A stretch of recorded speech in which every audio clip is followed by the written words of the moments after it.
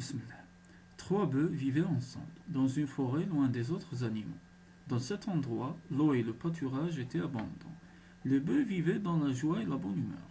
Il leur arrivait d'organiser des soirées de fête où ils dansaient et chantaient Mazayankoum, Mazayankoum.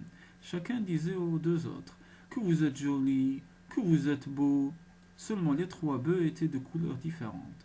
L'un était blanc, l'autre noir, et le troisième, lui, était marron.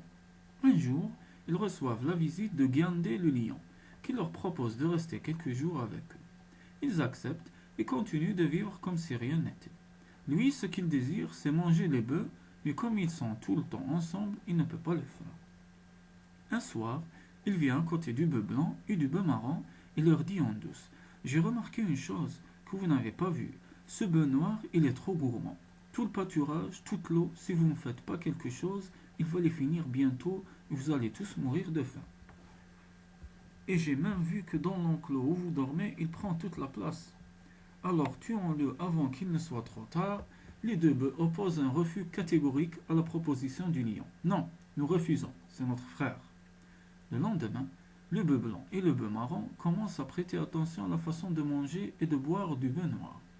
Quand il s'arrête pour observer, lui continue à manger et boire comme si de rien n'était. Une semaine passe, le lion, comme la première fois, vient voir le bœuf blanc et le bœuf marron et leur fait la même proposition. Encore une fois, les deux bœufs opposent un refus, mais un refus moins catégorique. Non, non, c'est notre frère. Les jours se succèdent et les deux bœufs prêtent de plus en plus attention au comportement du bœuf noir. À la fin de la troisième semaine, après la fête du soir, les deux bœufs aident le lion à tuer le bœuf noir. Le lion aussitôt mange le bœuf noir. Un mois après, le lion s'approche discrètement du bœuf marron et lui dit: Tu vois ce bœuf blanc? Il est différent de nous. Toi comme moi, nous sommes marrons.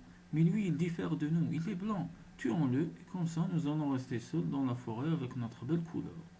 Le bœuf marron, n'ayant pas compris la ruse du lion, l'aide à tuer le bœuf blanc, que le lion dévore sur le champ. Quelque temps après, comme le bœuf marron était tout seul dans la forêt avec le lion, ce dernier n'a pas de peine pour le manger. On dit en Wolof: Bolo Moedoulé, c'est l'union qui fait la force.